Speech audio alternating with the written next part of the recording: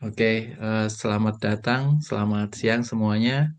Selamat datang di panel yang bertema tentang perempuan dan perempuan adat penggerak lingkungan ya, di KCIF 2025 ini.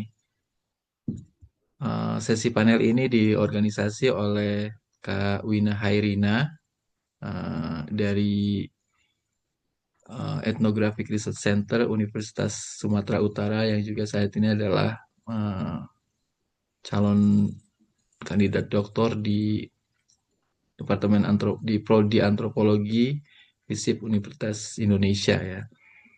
Sesi ini akan di lead atau di cherry oleh Dr. Zulkifli Lubis juga dari Universitas Sumatera Utara. Dr. Zulkifli Lubis adalah salah satu periset di Ethnographic Research Center dan juga dosen di Antropologi Sosial FISIP Universitas Sumatera Utara. eh, Waktu untuk berdiskusi sampai jam 15 ya, 15.00. Kalau nanti harus ekstra bisa 5-10 menit. Selanjutnya saya serahkan langsung saja kepada Bang Zul untuk memediasi proses diskusi di sesi ini. Selamat berdiskusi. Terima kasih. Baik, terima kasih Bang Farid atas kesempatan ini. Eh, Pertama-tama tentu selamat datang ke panel yang kita akan ikuti ini, panel 644 yang akan membicarakan topik ataupun tema perempuan dan perempuan adat pejuang lingkungan di Sumatera Utara. Selamat eh, datang semuanya, baik itu presenter maupun peserta ya. Eh, Kemudian saya mohon maaf karena memang harus menggantikan seharusnya itu Bu Alem yang hari ini ya. Karena sesuatu hal kami berganti waktu, beliau ke hari Minggu, saya di hari ini. Nah, eh, seperti sudah kita ketahui bersama, presenter untuk sesi ini adalah 4 orang ya, empat topik ya. Yang pertama itu adalah eh, Saudari Mas Rodri Masilalahi, SOS MA. Beliau ini adalah seorang aktivis dari KSPPM, khususnya yang ada inisiatif, Toba Inisiatif namanya ya, di KSPPM. Beliau sekarang ini direktur ya, direktur dari, saya baca sedikit ya, apa namanya, CV-nya. Sekarang ini beliau ini adalah Prog- program direktur dari KSPPM di berbasis di Parapat dan lulusan S2 dari sosiologi ya di Universitas Gajah Mada. Dan eh, satu poin yang penting yang ingin saya tekankan dari Delima ini adalah pada tahun 2023 ini dia mendapatkan apa namanya penghargaan yang luar biasa ini, The Goldman Environmental Prize dari San Francisco ya, benar ya? Yaitu pencapaian luar biasa. Ada juga tahun 2024 itu MAW Top Awards 2024 for nomination for influential social figures in Indonesia. Nah itu ya. Jadi itu apa namanya profil ringkas dari Delima. Kemudian yang kedua kita akan nanti mendengarkan paparan dari Meiliana Yumi. Ya, ini aktivis perempuan juga ini, tapi yang lebih banyak berkiprah di wilayah Delhi ya, di daerah Sumatera Timur ya, yang merupakan aktivis dari perempuan adat rakyat penunggu atau perempuan aman ya. Nah, yang ketiga, nanti kita akan mendengarkan presentasi dari Mime Surbakti dari Yayasan Sri Kandi Lestari ya. Ini juga aktivis. Jadi tiga pembicara pertama ini semua aktivis yang betul-betul orang lapangan lah ya.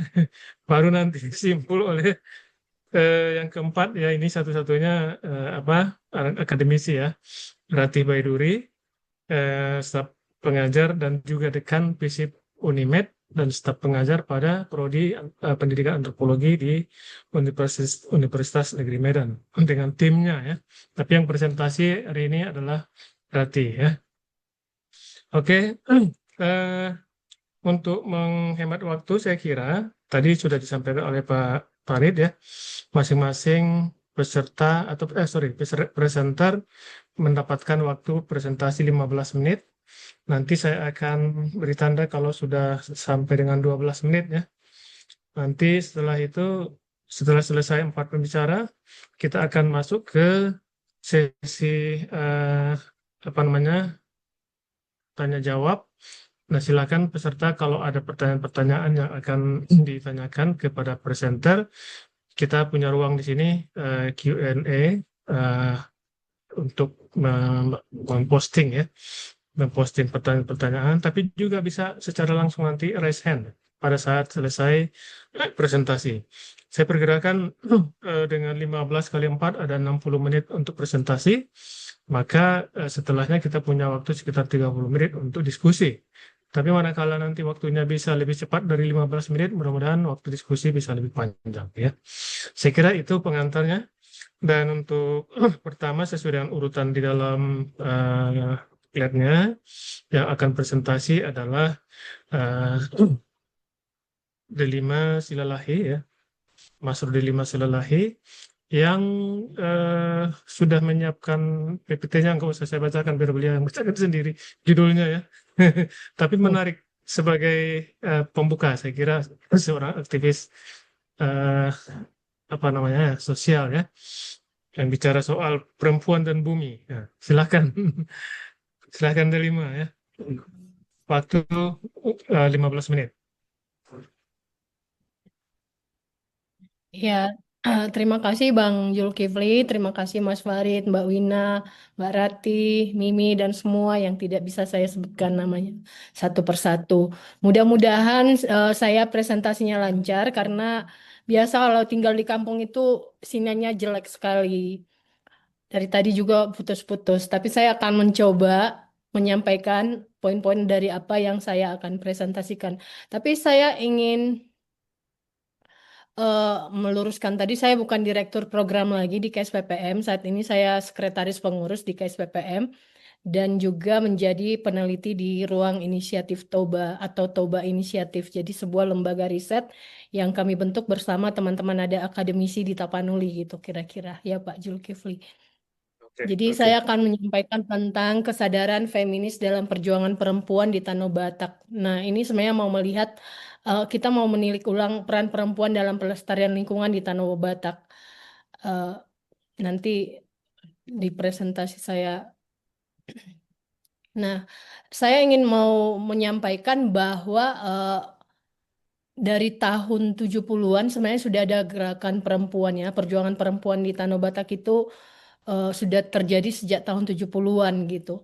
Ini dulu masih di era Orde Baru, ada kelompok perempuan Syria Ria namanya, yang mereka itu menolak reboisasi di wilayah adat mereka dan mereka berhasil bahkan pada saat itu Menteri Dalam Negeri ya waktu itu Sudomo sampai datang dan itu menjadi berita nasional gitu. Nah, mereka berhasil di tahun 79. Jadi SK yang sekarang banyak juga dipersoalkan SK hutan adat mereka udah dapat di tahun 79. Tapi sayangnya areal inilah sekarang yang menjadi eh, apa ya menjadi persoalan di food estate. Jadi daerah yang mereka dulu wilayah yang mereka dulu perjuangkan di tahun 70 sampai 79 itu sekarang malah masuk sebagian di wilayah food estate. Mereka berjuang lagi tapi ada apa ya penurunan gerakan perempuannya di sini nggak seradikal dulu gitu nggak se karena dulu mereka itu bisa sampai jalan kaki jadi aksi jalan kaki itu udah dimulai oleh para ibu-ibu ini dulu dari uh, Siriaria itu di Kecamatan Polung sekarang Kabupaten Humbang Hasundutan sampai ke Tarutung jadi mereka jalan kaki bawa bendera merah putih untuk meminta supaya wilayah adat mereka itu tidak ditanami program reboisasi ketika itu dan meminta supaya suami-suami mereka yang ditahan atau yang sedang dikejar-kejar itu dibebaskan gitu. Jadi mereka menuntut ada pembebasan. Jadi tapi perjuangan mereka berhasil selama 9 tahun. Nah, kemudian di periode 88 sampai 98 itu ada 10 perempuan Sugapa. Ini juga menjadi berita nasional di mana ada 10 perempuan yang mencabuti eh, ekaliptus ya di wilayah adat mereka di Barimbing. Terus di periode 2000 sampai 2025 sekarang banyak juga gerakan-gerakan perempuan. Ada di Panduman Sipituhuta, ada perempuan di Sigapiton yang juga dulu viral menolak pembangunan Caldera Toba Resort, yang mereka sampai melakukan aksi buka baju waktu itu ya. Dan banyak yang menghujat mereka, walau tidak sedikit juga yang mendukung mereka gitu loh. Nah, yang kemudian ada perempuan korban TPL di Sihaporas, di Dolok Permenangan, yang terbaru ini yang kemarin di Pargamanan Bintang Maria juga kelompok perempuan yang terdepan sampai mereka aksi di Amerika ya di eh, Cincinnati gitu. Nah, ada juga di Sipahutar, di Onan Harbangan Nagasaribu yang Januari lalu wilayah adat mereka ditanam paksa, para perempuan menghadang eskavator gitu. Nah, yang terakhir di Natinggir yang kemarin sampai perusahaan melakukan tanam paksa, bahkan di ladang-ladang mereka. Dan itu yang sampai sekarang juga masih persoalan ya. Jadi perusahaan walaupun sudah ada surat dari wakil bupati untuk menghentikan operasional perusahaan sementara di ladang-ladang masyarakat, tapi perusahaan tetap bahkan sampai sekarang masih eh, apa eh, bergerilya ya, petaninya merawat tanamannya, TPL juga merawat ekaliptusnya. Jadi kita nggak tahu ujungnya gimana. Nah, ini semua peran penting perempuan sangat terlihat gitu. Nah, saya hampir di semua pergerakan itu perempuan itu yang memiliki peran paling penting dalam hal melakukan eh, melakukan aksi-aksi dan juga untuk menduduki wilayah-wilayah adat mereka.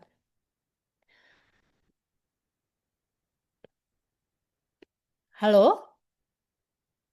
Oke. Nah, mengapa perempuan berjuang untuk tanah? Mengapa orang Batak itu, perempuan Batak yang karena studi kasusnya tadi di Tanah Batak, kenapa mereka begitu gigih berjuang? Yang pertama, ada kesadaran bersama ya bahwa eh, mereka itu mereka itu sedang menghadapi relasi kuasa yang tidak adil. Ada dominasi dan subordinasi. Jadi baik perempuan dan alam itu secara simbolik sama-sama rentan ditindas dan dikuasai gitu. Ada kedekatan yang bukan kodrati tapi lebih kesadaran feminis bahwa ada eh, kesamaan simbolik antara perempuan dengan tanah. Nah, baru perempuan dan alam merupakan sumber kehidupan dan keberlanjutan. Bagi masyarakat Batak, keberlanjutan generasi sangat terkait dengan keberadaan tanah. Jadi kalau tidak ada tanah, maka Tano do marga, marga do tano. Identitas itu adalah tanah. Jadi ketika tidak ada lagi tanah untuk diwariskan itu sebenarnya eh, para perempuan yang paling merasakan kesedihan atau kehilangan kebahagiaan gitu. Nah, ini tidak hanya terjadi di masyarakat Batak saja. Nah, bulan Mei lalu saya ke Papua. Pada saat pertemuan ada seorang mama-mama mengatakan kami akan boikot melahirkan anak laki-laki. Nah, kita terhenyak sejenak gitu.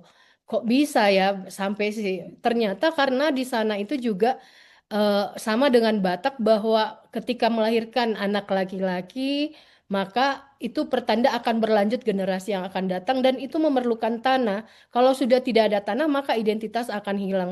Dan kecewanya para perempuan itu melihat bahwa bapak-bapaknya kurang berjuang gitu, perempuan yang selalu terdepan berjuang. Padahal yang melanjutkan kehidupan itu kan generasi yang akan datang. Kalau sudah tidak ada tanah untuk sumber kehidupan, maka tidak ada juga generasi yang akan berkembang di kemudian hari. Nah, yang berikutnya itu perjuangan tanpa kekerasan. Jadi ini sebenarnya bukan eksploitasi. Jadi sering saya itu diwawancarai terkait dengan kenapa ya selalu perempuan yang terdepan kalau ada aksi gitu. Apakah karena laki-lakinya takut atau tidak berani? Karena sebenarnya secara alamiah, perempuan itu kan sangat ini ya, dia cinta damai gitu. Nah, itu nilai-nilai feminis itu sudah ada di perempuan. Ada nilai merawat, nilai eh, kedamaian gitu. Jadi ketika para perempuan melihat bahwa ketika mereka yang di depan maka tidak akan ada kekerasan. Jadi bukan sebenarnya eksploitasi karena laki-lakinya takut gitu, tapi mereka sudah jenuh dengan kekerasan, jenuh dengan pemukulan-pemukulan. Jadi kalau mereka di depan bisa menghindari kekerasan tersebut. Nah, bagaimana sih relasi alam dengan perempuan itu? Nah, dalam masyarakat Batak sebenarnya ada banyak metafor-metafor ya yang menggambarkan atau mensimbolisasi perempuan adalah hampir sama dengan alam gitu loh. Bukan dalam rangka menaturalisasi perempuan atau memfeminisasi alam, tapi misalnya ya ada beberapa legenda misalnya yang bahwa misalnya seperti Kemenyan yang memberikan kehidupan sampai hari ini kepada masyarakat adat di Batak Toba misalnya itu meyakini bahwa Kemenyan itu adalah eh, perempuan awalnya, anak perempuan yang lari ketika dia dipaksa menikah dan itu ya ciri-ciri yang sangat patriarki ya ketika misalnya perempuan apa keluarganya miskin maka perempuan dipaksa nikah dan dia lari ke hutan akhirnya dia menjadi kemenyan dan air matanya lah yang menjadi getah kemenyan itu sampai sekarang dan memberi kehidupan bagi masyarakat. Sama halnya dengan legenda Danau Toba. Jadi selalu dikaitkan dengan perempuan. Nah, berbagai metafora yang berkembang di masyarakat di satu sisi memuliakan posisi perempuan, menegaskan relasi spiritualitas yang kuat antara perempuan dan alam. Perempuan sering dimahkotai dengan ras terkuat lah, penjaga perdamaian, penjaga bumi, dan lain-lain. Eh, Namun sayangnya mahkota itu berada di ketika kita berada di sistem kapitalisme yang sangat patriarki gitu. Jadi simbolisasi perempuan sering sebagai alam itu sering dimaknai juga sebagai hal yang kodrati. Sehingga menjadi beban ganda bagi perempuan dan menjadi objek yang dieksploitasi sama halnya dengan alam gitu. Jadi ada banyak jadi terbeban banyak saya wawancara pribadi dengan para perempuan itu di samping kesadaran feminis sebenarnya itu juga menjadi beban buat mereka. Belum lagi di tengah sistem yang sangat kapitalis ini solidaritas semakin berkurang, kolektivitas semakin berkurang. Jadi kadang-kadang para pejuang perempuan itu merasa berjuang sendirian gitu. Karena banyak nilai-nilai atau karakteristik perempuan yang di dunia kapitalis ini itu tidak dihargai gitu. Nggak ada nilai ekonominya seperti merawat, menjaga, eh, mempersiapkan, merawat rumah tangga, mempersiapkan anak-anak untuk lebih mencintai lingkungan itu kan nggak ada nilai ekonominya gitu. Jadi 5 menit menjadi lagi beban. ya. Udah mau habis ya? 5 menit lagi ya. Oke, nah apa tantangan perempuan penjaga bumi tersebut? Nah, ini hampir berlaku secara umum tidak hanya orang Batak saja. Jadi yang pertama itu sebenarnya akarnya itu ada fundamentalisme ya, baik agama budaya yang membuat perempuan itu bertindak berperilaku itu dibatasi ruang geraknya gitu. Dan itu dialami hampir perempuan ketika dia pergi maka ada misalnya kamu harusnya nggak pergi karena suamimu yang harus berangkat mengatasnamakan tanah adat gitu loh. Di dalam budaya kita itu nggak boleh. Nah, di dalam agama juga harus tunduk kepada negara. Jadi ada banyak misalnya ketika perempuan-perempuan misalnya terdepan itu mendapat stigma buruk. Kenapa sih harus perempuan kata para pimpinan para lembaga agama gitu. Nah, yang berikutnya globalisasi dan neoliberalisme itu tadi sudah saya jelaskan bagaimana nilai-nilai feminis itu tidak dihargai sebenarnya. Militerisme itu juga terlihat di bagaimana misalnya setiap perempuan yang berjuang itu distigma sebagai komunis lah, anti pembangunan dan lain-lain dan mereka kerap mendapat kekerasan, intimidasi dan teror. Yang berikutnya patriarki. Jadi stigma perempuan tidak benar, murahan dan lain-lain itu terjadi tidak hanya di dalam masyarakat, tapi itu juga di birokrasi pemerintah. Yang terbaru di Syria Ria ketika seorang perempuan bicara, bupatinya mengatakan kamu itu boru gitu, kamu nggak berhak bicara gitu. Dan itu di birokrasi. Jadi kadang-kadang birokrasi juga memperalat patriarki di masyarakat adat dan dilanggengkan gitu di birokrasi. Nah, terus kita mau ngapain gitu? Menurut saya yang pertama itu terjadinya berbagai persoalan kekerasan terhadap perempuan saat ini dan juga terhadap alam itu tidak tidak terlepas dari relasi spiritualitas manusia dengan eh, alam yang sudah rusak gitu loh. Jadi relasi spiritualitasnya manusia dengan alam itu sudah rusak dengan sistem kapitalisme yang ada sekarang. Merawat alam bukan semata untuk menyelamatkan manusia dan generasi yang akan datang, tapi juga merawat untuk keberlanjutan alam itu sendiri gitu. Jadi alam itu bukan objek, tapi dia juga subjek yang dia harus dijaga kelestariannya ke masa yang akan datang. Jadi bukan hanya untuk keselamatan manusia, karena dua-duanya saling terkait. Alam selamat, maka manusia selamat. Tapi banyak relasi-relasi spiritualitas yang hilang karena sistem kapitalisme yang kita praktekkan. Nah, yang berikutnya membangun kolektivitas dan solidaritas untuk melawan kapitalisme patriarki. Merawat kebersamaan, membangun solidaritas, dan berani berkata cukup. Jadi, tiga hal ini sebenarnya kebersamaan, kolektivitas, dan solidaritas, berani berkata cukup. Itu bisa menyelamatkan kita, menyelamatkan eh, baik perempuan maupun lingkungan. Yang berikutnya adalah membangun kesadaran feminis dalam setiap perjuangan lingkungan dan agraria. Lahirnya kesadaran kolektif semua manusia tanpa kecuali. Jadi kesadaran feminis itu bukan hanya harus dilakukan oleh perempuan gitu, tapi semua manusia.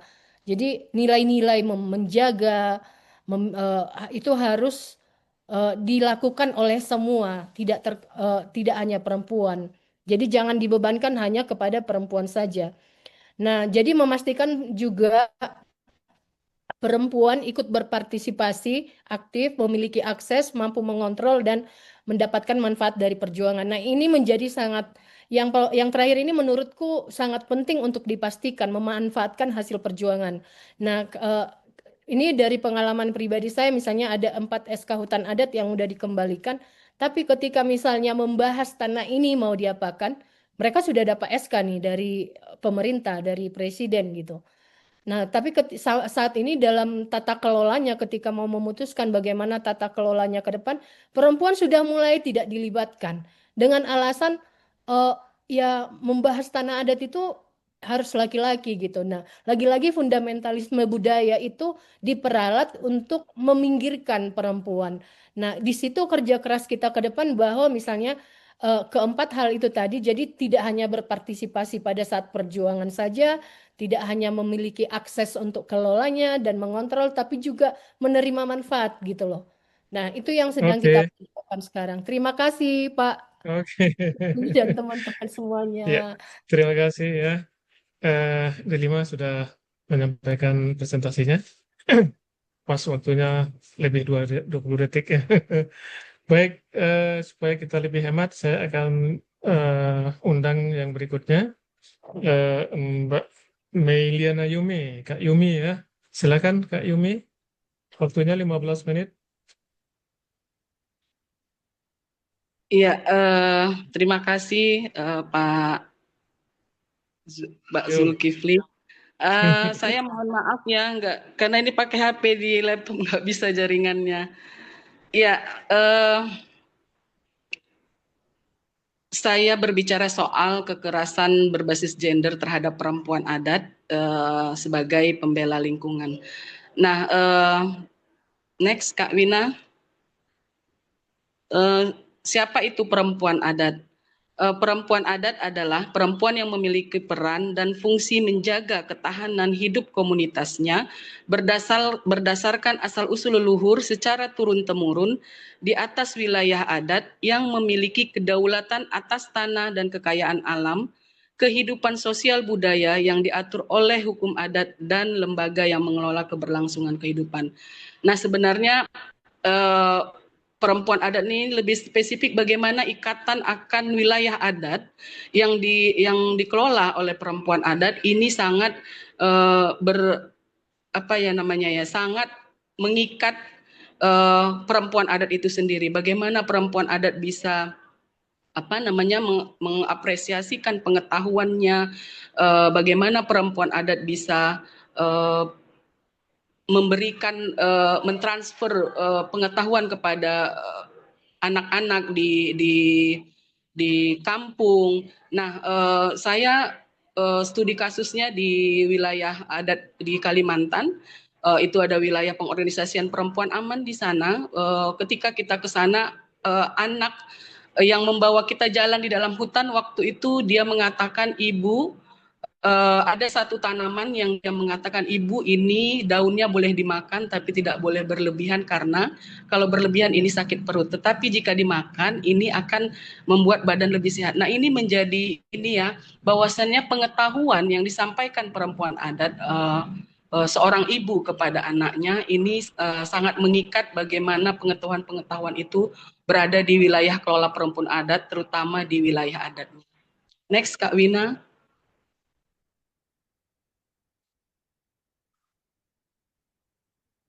Iya, perempuan adat kerap mengalami kekerasan berbasis gender. Kekerasan berbasis gender yang kami maksud di sini, yang saya maksud di sini, yang kami alami ketika perempuan adat melakukan perjuangan atas haknya.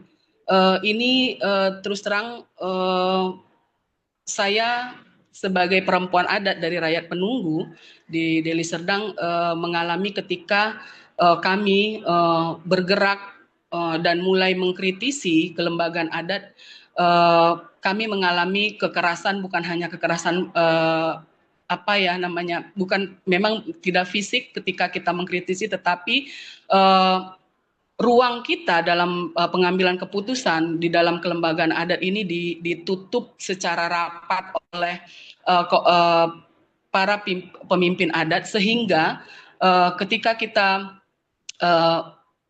apa namanya ya, menyuarakan bahwasanya kita harus ada di dalam lembaga struktur kelembagaan adat, kami mendapatkan tantangan yang cukup besar, di mana kami sebagai perempuan adat ini dianggap sebagai pemberontak oleh kampung. Dan sampai hari ini, ketika perempuan adat sampai hari ini berdiri tegak dengan kuat memperjuangkan haknya, kami masih mendapat tantangan keras, dan ini saya anggap masih perempuan adat mengalami kekerasan bukan hanya dari internal komunitas, tetapi ketika ancaman datang dari luar, perusahaan yang mengancam wilayah adat kami. Nah ini sangat berdampak kepada kami ketika perampasan wilayah adat ini terjadi, akan hilang jati diri kami sebagai perempuan adat, bahkan identitas kami sebagai perempuan adat. Next Kak Wina.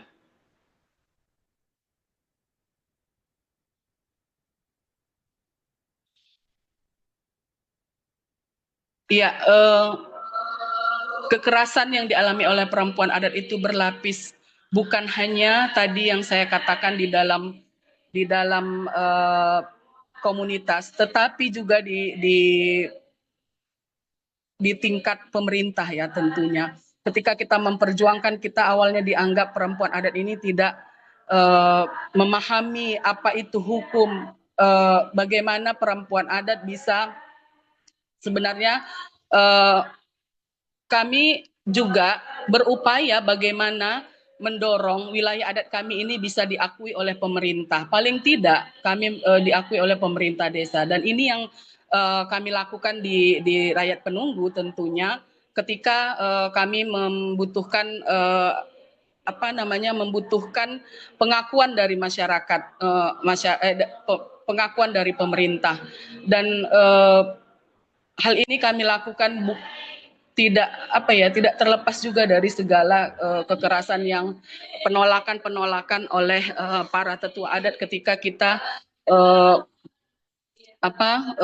kita mendorong pengakuan dari desa. Itu waktu itu di tahun 2020 beberapa wilayah pengorganisasian perempuan aman mendorong wilayah adatnya untuk bisa masuk mendapat pengakuan dari beberapa desa di wilayah Deli Serdang, Kecamatan Percut Setuan, dan kami dalam hal ini terus terang melakukan pemetaan partisipatif supaya wilayah adat kami ini bisa dilihat oleh pemerintah. Nah, ketika itu tantangan demi tantangan, ancaman demi ancaman kami dapatkan. Dan akhirnya di wilayah Deli Serdang keluarlah SK Kepala Desa dari beberapa desa, sehingga sampai hari ini kami sudah mendapatkan identitas seperti KK dan KTP di wilayah di pemerintahan desa. Di desa saya sendiri, di Desa Amplas, Kecamatan Percusetuan Deli Serdang. Nah, tantangan lain yang sedang kami hadapi saat ini, meskipun pengakuan dari desa sudah kami dapatkan, tapi tantangan lain saat ini, ancaman bagaimana kami sebagai perempuan adat saat ini di wilayah Deli Serdang sedang ada proyek strategi nasional PSN Deli Megapolitan yang saat ini sedang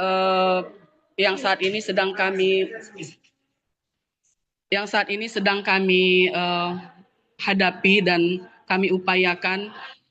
Maka dari itu memang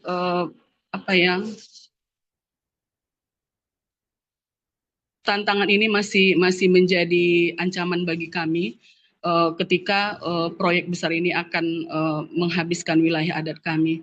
Nah, satu kasus lagi ketika terjadi kekerasan di wilayah adat ketika terjadi di daerah Durian Selemak Langkat, kami di sana mengalami bukan hanya kekerasan verbal tetapi kekerasan fisik yang dialami oleh perempuan adat, dan ketika itu memang gerakan itu dipimpin oleh perempuan adat sehingga menjadi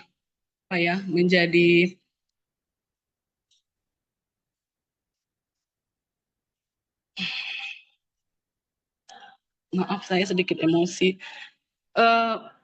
Ketika terjadi perampasan wilayah adat itu banyak sekali perempuan adat yang menjadi korban, di mana hasil tanaman yang seharusnya dipanen ini dijarah oleh perusahaan PTPN waktu itu. Nah, di sisi lain sampai hari ini juga perempuan adat tidak berhenti ketika adanya ancaman baik itu dari komunitas maupun dari luar. Kami tetap memperkuat barisan ketika ancaman itu tetap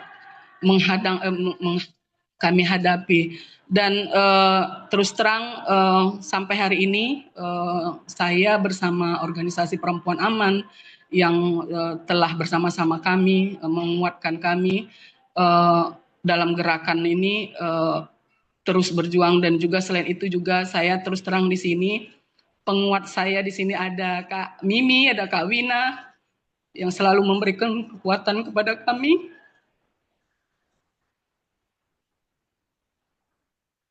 Bagaimana kami perempuan adat harus melawan menghadapi kekerasan apapun yang kami terima, tetapi kami tidak berhenti, kami akan melawan. Mungkin Kak Wina, saya mohon maaf dan Pak Zul dan kawan-kawan.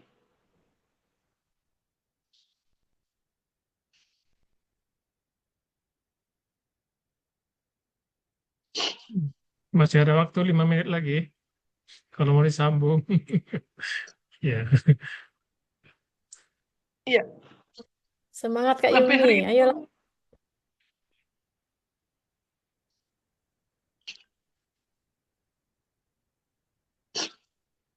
Sampai hari ini kami masih mengharapkan dukungan dari kawan-kawan. Karena ketika wilayah adat kami terancam dan akan hilanglah identitas kami sebagai perempuan adat. Mungkin itu Kak Wina dan kawan-kawan semua, mohon maaf kalau saya terlalu emosi. Terima kasih Pak Jul. Oke, terima kasih ya Kak Yumi sudah sedemikian terbalut dengan perasaan dalam menyampaikan pengalaman-pengalamannya di wilayah Sumatera Utara ya, khususnya di Deli Serdang dan Langkat ya. Terima kasih sekali lagi. Kita kemudian akan melangkah ke presenter berikutnya, yaitu Kak Mita Surbakti, yang saya kira topiknya itu menyambung kepada yang tadi disampaikan oleh Kak Yumi terakhir itu ya, berusaha tidak punah gitu ya. Judulnya kalau saya nggak salah itu presentasinya Kak Mita ini adalah, ini dia, Gerakan Perempuan Melawan Punah. Silakan, Kak Yumi. Kak Mita, silakan. Bagaimana pula itu perlawanan untuk Kak tidak Mimi. punah itu dari Yayasan Sri Kandi Lestari ya, silakan. Selamat sore ya, menjelang sore. Sorry, Kak Mimi ya, sorry Dan ya. terima kasih. Saya pikir Ya, Mimi, ya. Mita tadi, Mimi ya, Mimi Surbakti, silakan. Ya, ya, terima kasih kepada semuanya yang nggak bisa saya sebut satu persatu, terkhusus untuk Wina ya. Wina yang sudah mendorong kita untuk bisa berbicara di muka umum. Nah, Gerakan Perempuan Melawan Punah, kita katakan begitu karena memang backgroundnya kami sedang dalam persoalan menghadapi dari polusi dari industri ekstraktif dan apa namanya degradasi lingkungan ya, itu yang kenapa kita ambil judul itu. Oke, Win, berikutnya. Next. Halo, Win. Halo. Silakan, Wina. Ya, next. Iya Kak, sorry Kak, tadi aku rubah size-nya. Oke, Oke. jadi dia berubah Oke. kegedean. Oke, silakan Kak. Internetku yang nggak stabil. Enggak Kak, enggak. Halo. Halo Kak. Udah Win. Sudah. muncul kah Kak? Hmm. Udah muncul Kak? Sudah Udah muncul Bang Jul? Oke, Sudah. silakan Kak. Internetku yang nggak stabil ya. Mungkin Oh Kakak iya bisa ya. ini halaman Aku 2 belum Kak. nampak sih kayak. Oke. Oh iya, Next. Sudah. halaman 2 Di sudah Kak. halaman 2 Halo, pengenalan Win. ya. Next. Oke. Nah, Yayasan Sri Kandi ini kan bergerak pada isu keadilan ekologi untuk perempuan dan anak. Nah, isu saat ini yang kami tangani itu berada di komunitas yang terdampak dari kerusakan lingkungan seperti batu bara dan PLTP Sarula serta dampak dari illegal logging. Itu yang ini. Berikutnya, next.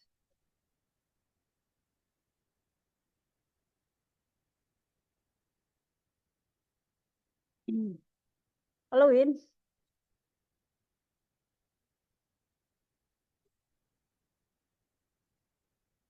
Oke, next, Win. Ya. Nah, perempuan menjadi pihak yang berarti perempuan ini menjadi pihak yang paling terdampak dari kerusakan lingkungan. Perempuan ini menjadi pihak yang paling terdampak dari kerusakan lingkungan itu dari berbagai sektor. Misalnya dari ekonomi, mata pencarian yang mereka miliki itu hancur akibat dari kerusakan lingkungan yang diakibatkan oleh industri ekstraktif maupun dari illegal logging yang yang membuat mereka semakin menderita. Baru kemudian umumnya yang kami dampingi ini adalah perempuan-perempuan yang ada di pesisir. Perempuan-perempuan yang ada di pesisir. Nah, laut mereka sudah jauh dari mencukupi kebutuhan mereka. Baru kemudian pertanian sering gagal. Mereka sering gagal panen diakibatkan hujan asam yang terjadi terus-menerus sehingga tingkat kesuburan tanah itu jauh menurun. Sementara biaya operasionalnya itu sangat tinggi. Bisa dibandingkan Kalau dulu sebelum ada PLTU, mereka bisa panen itu untuk memperbaiki rumah atau dia bisa beli motor baru gitu. Tapi sekarang panen mereka itu hanya bisa mencukupi, disisakan, hanya bisa mencukupi untuk kebutuhan makan mereka 3 bulan. Itu pun kalau panen. Karena lebih sering mereka nggak gagal panen. Diakibatkan dari banyaknya penyakit dan ketidaksuburan tanah itu lagi. Baru kemudian laut mereka itu udah sangat hancur gitu. Umumnya kalau warga tingkat tapak itu kan menjadi nelayan tradisional. Nelayan tradisional itu yang alat tangkapnya itu tidak bisa jauh dari muara, nggak bisa jauh ke tengah gitu. Jadi untuk di sekitar situ saja eh, ikan-ikan mereka itu udah sangat jauh berkurang. Itu dikarenakan PLTU itu membuang limbahnya secara serampangan, secara sembarangan. Meskipun ada AMDAL, ada AMDAL, ada aturannya. Aturannya PLTU itu tidak boleh membuang air bahang atau air kondensornya ke laut, tidak boleh melebihi ambang batas dari 36 derajat. Tapi pada kenyataannya, karena kami sendiri sudah melakukan pengukuran, itu di atas 42 derajat. Nah, harusnya dia itu kan membuat alat pendingin untuk sebelum air itu turun ke laut. Tapi pada kenyataannya alat pendingin itu nggak ada. Jadi sehingga masyarakat tingkat tapak itu dirugikan. Nah, atas nama apa? Atas nama kebutuhan kita semua. Karena katanya listrik itu adalah kebutuhan kita semua. Makanya kami selalu mengkampanyekan bagaimana kalau kita menggunakan energi alternatif yang bersih, yang tidak melukai rakyat di tingkat tapak, gitu loh. Baru kemudian mereka kalau masyarakat pesisir itu mengandalkan air bersih itu dari air hujan. Sementara air hujan itu sudah nggak bisa lagi mereka kelola gitu loh. Jadi mereka sangat membutuhkan air hujan sehingga kalau saat ini mereka tampung air hujan itu airnya udah hitam, karena sudah bercampur dengan abu-abu batu bara dan cerobong batu bara yang cerobong PLTU itu lebih sering tidak menggunakan alat penyaringnya. Nah, baru kemudian di sisi kesehatan, anak-anak banyak yang jatuh sakit. Anak-anak banyak yang jatuh sakit, baru kemudian bukan hanya anak-anaknya. Jadi perempuan, ibu-ibu juga banyak yang jatuh sakit. Terus yang menderita siapa?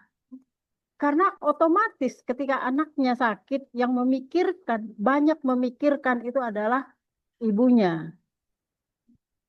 Kadang-kadang anak tidak bisa tidur. Anak tidak bisa tidur dikarenakan bagaimana kulitnya melepuh dan sakit dan lain sebagainya, ibunya juga nggak bisa tidur. Itu kenapa kami selalu mengkampanyekan hal yang seperti itu. Baru kemudian, nah,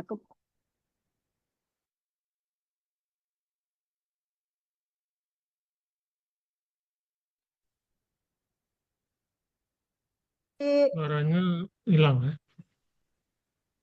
suaranya hilang ya Pak. Udah Karena balik lagi. ya memang sinyal sangat buruk sekali di Iya. sini. Ekspansi industri ekstraktif PLTU batubara Pangkalan Susu itu justru menghabisi lahan, memakai lahan hutan mangrove sebanyak 140 hektar. Itu kenapa kayak saya katakan bahwa biota lautnya itu sangat jauh berkurang karena sudah menipis. Untuk diambil PLTU aja sebegitu banyaknya. Baru kemudian diambil lagi sama ya diekspansi lagi sama industri sawit gitu. Belum lagi sawit, baru kemudian belum lagi pertambakannya. Nah, itu siapa yang memilikinya? Yang memilikinya adalah pemilik modal. Nah, pemilik modal itu di mana rumahnya? Ada di kota. Yang menerima dampaknya siapa? Menerima dampaknya adalah masyarakat yang tingkat tapak. Kenapa mereka bisa ada di situ? Karena ada pembiaran. Ada pembiaran, ada orang-orang pemilik modal yang kuat modalnya yang mengelola hutan tersebut. Nah, itu yang membuat kita jadi berlawan. Nah, apa yang kami lakukan? Yang kami lakukan adalah melakukan pelestarian mangrove, mendorong transisi energi, energi bersih dan perlindungan untuk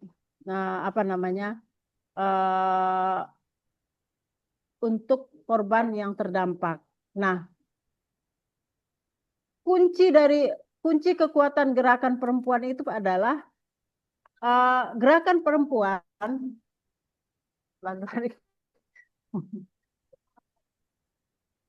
Oke, Yun, di sini aja ya, jangan pindah-pindah ya. Gerakan perempuan yang diinisiasi Yayasan Sri Kandi Lestari tidak hanya berhenti pada aksi protes ataupun kampanye, tetapi dibangun melalui strategi yang terencana dan berbasis komunitas. Nah, Sri Kandi ini mempunyai kelompok-kelompok komunitas perempuan di akar rumput di sepanjang pesisir Kabupaten Langkat. Nah, mereka saat ini kita latih untuk mampu berbicara, mampu menyuarakan, dan berani. Bukan hanya sekedar mampu, tapi berani. Berani. Kalau dulu mereka kalau datang polisi aja yang pakai seragam aja mereka udah takut gitu.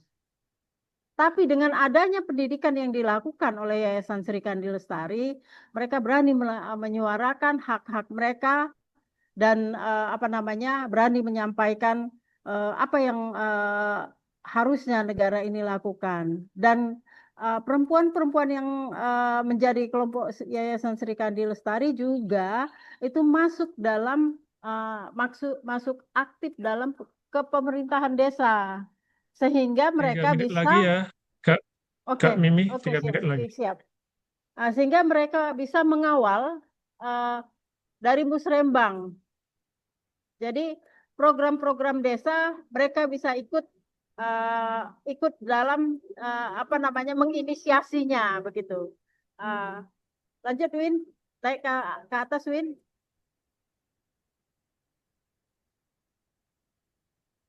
Nah, Sri Kandi juga melakukan penguatan ekonomi, seperti misalnya kita juga membuat ekoprint. Nah, ekoprint baru kemudian memanfaatkan hasil hutan bukan kayu yang kami kelola untuk peningkatan menambah income dari hancurnya perekonomian tersebut. Nah, baru kelompok-kelompok perempuan itu juga melakukan rehabilitasi hutan-hutan kritis. Dan mereka juga meregenerasikan kepada anak-anaknya betapa pentingnya hutan bagi mereka. Hutan sangat penting untuk kehidupan yang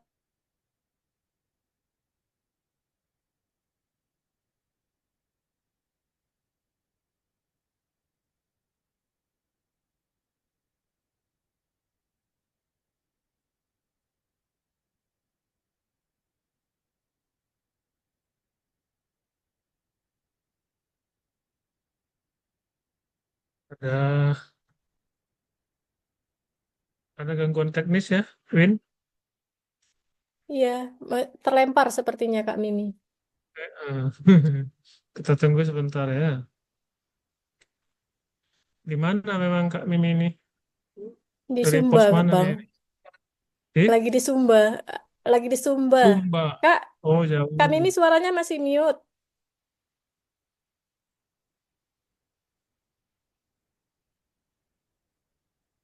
Kak Mimi suaranya masih mute.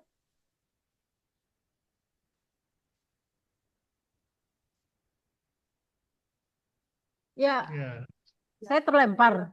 Jadi apakah dilanjutkan apa memang sudah selesai ini? Ya, udah hidup itu suaranya. Mungkin videonya aja nggak usah dibuka. Ya, apakah dilanjutkan apa? Karena tadi Lanjutkan aja, masih lanjutkan 3 aja menit sedikit lagi, katanya kan. 1 menit lagi ya. Udah selesai kah? Lanjut aja Kak, wrapping. Enggak, ini maksudnya ya, Bu Miminya masih ada? Nah, nah, Gimana? sinyalnya Di hilang-hilang timbul-timbul, Pak. Kak Mimi lanjut Kak. Halo? ada suara, ada apa namanya? Ada posisinya di sini bukan terlempar ya, tapi suaranya nggak ada. Jadi oke. Kak Mimi gimana? Bisa didengar? Halo? Suaranya hilang Halo? Kak. Halo, halo, terlempar lagi saya. Jadi memang sinyalnya sangat buruk. Nah, mungkin saya Oke, ini aja lah ya. Atau sudah? simpulkan. Simpulkan. Hah? Simpulkan. Saya simpulkan Coba aja disimpulkan. bahwa Coba. bahwa sebenarnya gerakan Yayasan Sri Kandi bersama komunitas perempuannya uh, itu mengkampanyekan menolak energi kotor dan apa namanya menolak ekspansi dari kelapa sawit, sehingga mereka itu dan kelompok masyarakatnya itu salah satu kelompok masyarakatnya itu sudah menjadi kampanye nasional, dan itu kemarin itu sudah didengar dengan di luar, dan PLTU Pangkalan Susu 1-2 masuk dalam list pensiun dini yang itu semua disuarakan oleh komunitas dari masyarakat yang tinggal di Tapak. Nah, itulah upaya kami untuk menolak punah. Oke. Oke, terima kasih Kak Mimi, meskipun ada gangguan-gangguan teknis, kemudian bisa menyelesaikan presentasinya. Mudah-mudahan nanti di saat diskusi bisa lebih apa namanya dengan kasus-kasus yang dimiliki itu bisa lebih hidup kita diskusikan nanti lagi ya. Masih bisa terus ya. Ya. Oke, Ya, yang siap. terakhir kita akan berikan kesempatan kepada Ibu Ratih Baiduri dan kawan-kawannya yang akan mempresentasikan hasil kajiannya di seputar Medan ya. Silakan. Baik, terima Bu Ratih. kasih Ya. Bang Zul. Assalamualaikum warahmatullahi wabarakatuh. Selamat siang menjelang sore bagi kita semua. Yang saya hormati sebagai moderator Bang Zul, ini ada Wina ya. Tadi ada Bang Farid, Mas Farid atau Mas Farid ya, dan rekan-rekan sekalian ya.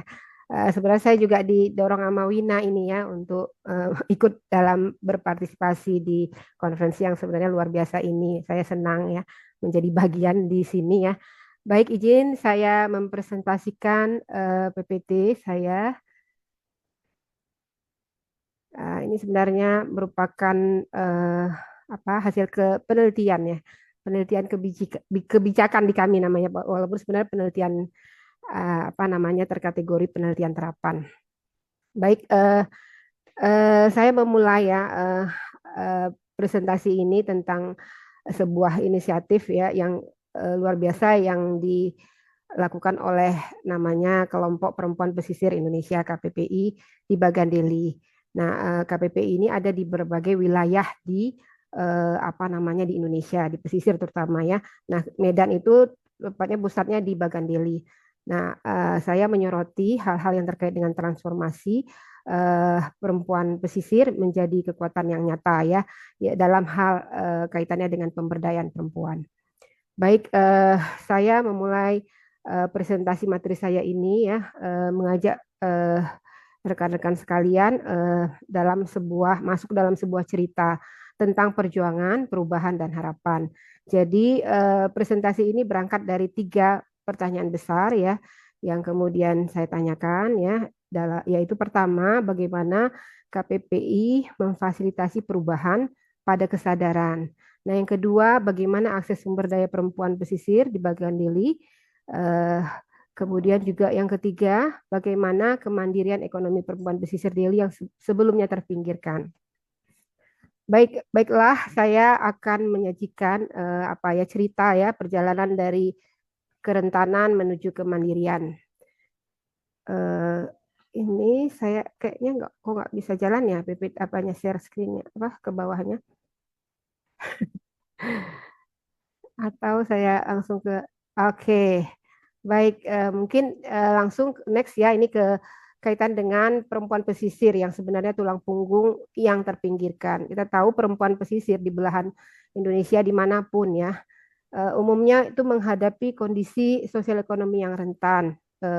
Masyarakat nelayan itu masyarakat yang paling rentan. Kalau dari segi kemiskinan, masyarakat nelayan yang paling miskin. Tapi kalau kita bisa lihat lagi, masyarakat nelayan itu yang terdiri dari sebenarnya ada perempuan nelayan di dalamnya. Nah, perempuan nelayanlah yang paling rentan.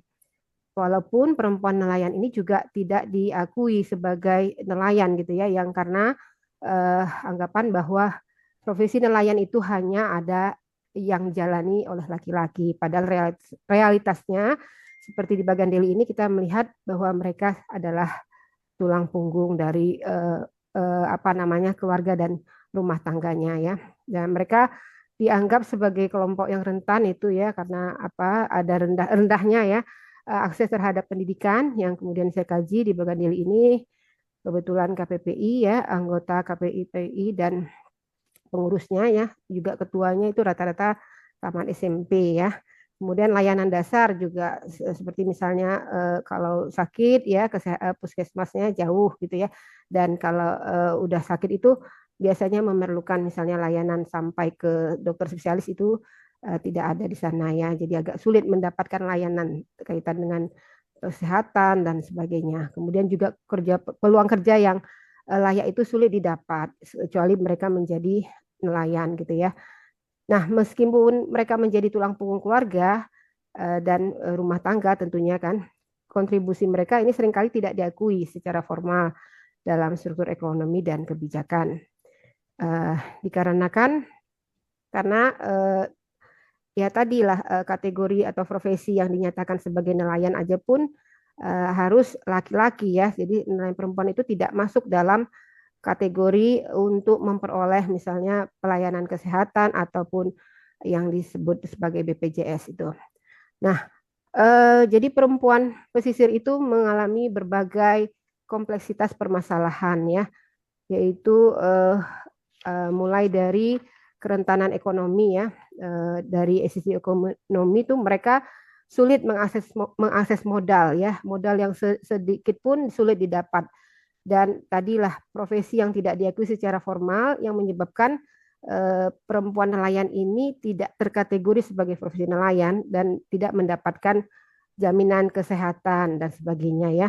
Nah, perubahan iklim juga, dampak perubahan iklim ini mengancam mereka. Jadi akibat perubahan iklim itu bisa terjadi abrasi, bisa terjadi banjir rob ya, terutama di Bagan Deli itu sering sekali terjadi banjir rob ya, kemudian pasang sampai kemudian ada istilahnya pasang mati ya, di mana pasangnya nggak turun-turun gitu ya. Itu menyebabkan sekitar 2 mingguan mereka tidak bisa turun ke laut ya untuk mencari pencariannya. Nah, kemudian mereka sulit juga ya dari sisi kebijakan ya, akses kepada kebijakan ya ataupun bantuan ya, dan yang kemudian minim program pemerintah ini kepada mereka. Adapun ya tidak berkelanjutan dan tidak sesuai dengan kebutuhan yang mereka butuhkan ya. Sering sekali banyak sebenarnya program atau proyek yang kemudian tidak langsung mengena apa yang mereka butuhkan gitu ya. Nah, saya lanjut ke lahirnya KPPI ini ya, berdasar dari inisiatif dari perempuan untuk perempuan. Nah, kalau yang saya teliti ini memang KPPI yang pusatnya di Medan, itu di Bagan Deli ya, yang kemudian ketuanya itu adalah dipimpin oleh seorang perempuan, Ibu Nilawati, 34 tahun. Beliau ini adalah seorang yang katanya istri nelayan gitu ya. Padahal beliau sendiri adalah perempuan nelayan gitu.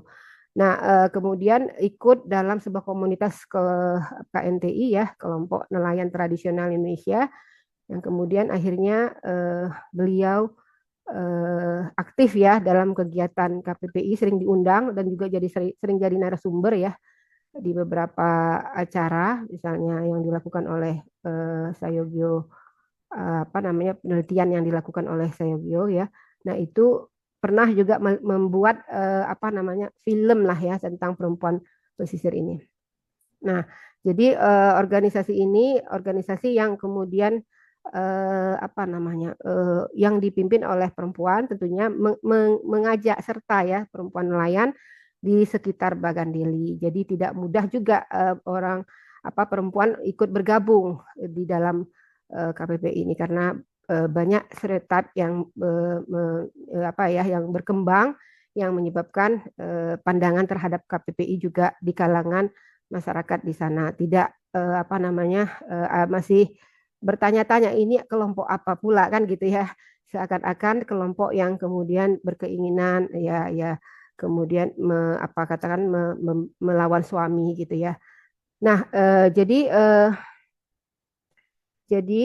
kemudian KPPI ini juga merupakan sebuah organisasi ya, yang muncul sebagai ruang solidaritas ya. Mereka karena apa namanya, apa yang dirasakan ya, kesusahan hidup ya, itu menciptakan apa solidaritas bersama ya. Kemudian ingin bangkit dari keterpurukan gitu ya. Mereka juga penguatan identitas ya perempuan nelayan. Identitasnya ini sebenarnya mau mengungkap bahwa kami ini ada gitu ya, bahwa kami adalah perempuan nelayan. Jadi bukan hanya laki-laki yang nelayan, karena dalam realitasnya mereka turun misalnya mencari kerang itu dari pagi misalnya jam 2 sampai paginya lagi ya, bisa seharian di apa namanya, di apa di laut gitu. Nah, sebenarnya ini bentuk kekuatan dari komunitas ini, karena perubahan itu lahir dari dalam komunitas, bukan dari bantuan luar. Nah, kemudian baik, saya lanjut aja. Ada 3 permasalahan penting yang kami kaji dalam penelitian ini, yaitu yang pertama ya, bagaimana KPPI membentuk kesadaran kritis perempuan pesisir ini. Kemudian bagaimana strategi KPPI dalam memperluas akses sumber daya, dan apa tantangan struktural maupun tantangan kultural yang sebenarnya mereka hadapi. Nah, kami menggunakan kerangka teori pemberdayaan dan transformasi sosial ini dari kerangka Rowlands ya, yang kemudian dia menyatakan bahwa ada 3 dimensi ya, yaitu dimensi personal, relasional, dan kolektif ya. Kemudian transformasi sosial ini bukan hanya soal individu, tetapi juga perubahan dalam relasi sosial dan distribusi kekuasaan. Baik, penelitian ini menggunakan metode kualitatif, pendekatannya lebih ke PAR ya, Participation Action Research. Artinya di sini perempuan pesisir dilibatkan sejak awal, mulai dari identifikasi masalah, diskusi FGD, kemudian wawancara mendalam, hingga kepada evaluasi bersama. Jadi mereka bukan hanya objek penelitian, tapi lebih kepada subjek aktif yang menciptakan solusi. Nah, adapun temuan utama yang pertama yaitu bahwa dulu ya banyak perempuan pesisir takut bersuara, tapi melalui KPPI mereka mulai percaya diri. Mereka menyadari pentingnya suara mereka dalam keluarga dan masyarakat. KPPI menjadi ruang yang aman untuk belajar, berbicara, dan mengadvokasi hak mereka. Jadi sudah ada kepercayaan diri dari mereka hingga mereka bisa apa namanya, mengeluarkan suaranya ya, yang selama ini hidden gitu. Jadi KPPI di sini berfungsi sebagai ruang aman dan kolektif ya, memperkuat kapasitas perempuan pesisir ya melalui diskusi rutin dan advokasi. Jadi banyak anggota KPPI mengalami peningkatan kesadaran akan adanya ketimpangan gender, eksploitasi ekonomi, dan pentingnya pengakuan identitas profesi sebagai perempuan nelayan. Baik, saya lanjut. Kemudian ada pergeseran identitas dari pembantu menjadi aktor utama. Kita tahu perempuan nelayan dianggap selalu membantu suaminya. Jadi perempuan hanya dianggap pekerjaannya sebagai bantuan hanya bagi suaminya, bukan profesi nelayannya yang dianggap orang apa benar ada perempuan nelayan gitu ya. Nah, setelah KPPI, perempuan memahami kontribusi mereka sebagai bagian vital dalam perikanan, apakah mengolah hasil laut ya, dan kemudian juga menangkap ikan maupun kerang. Nah, sampai kemudian memasarkannya. Jadi KPPI dalam hal ini berhasil menggeser budaya patriarki yang masih melekat di masyarakat pesisir ya, dengan mengubah identitas perempuan dari sekedar pembantu suami menjadi aktor utama dalam rantai produksi perikanan ya yang dinamakan perempuan nelayan.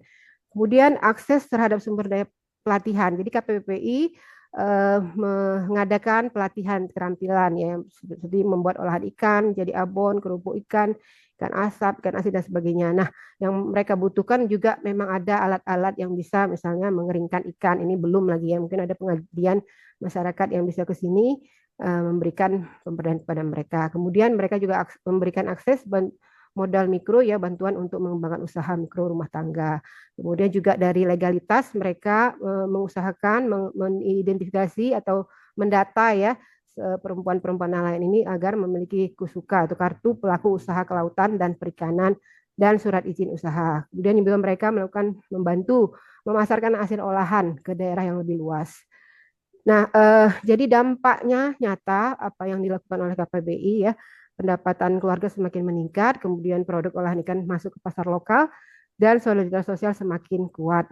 Kini perempuan pesisir bisa ikut membiayai pendidikan anak-anaknya, jadi tidak hanya bergantung selalu mengharapkan dari suami yang kadang-kadang dalam kondisi yang tidak mampu gitu ya.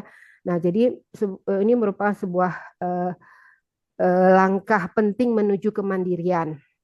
Tentunya banyak hambatan yang dialami mereka ya sejak awal berdiri sampai dengan sekarang.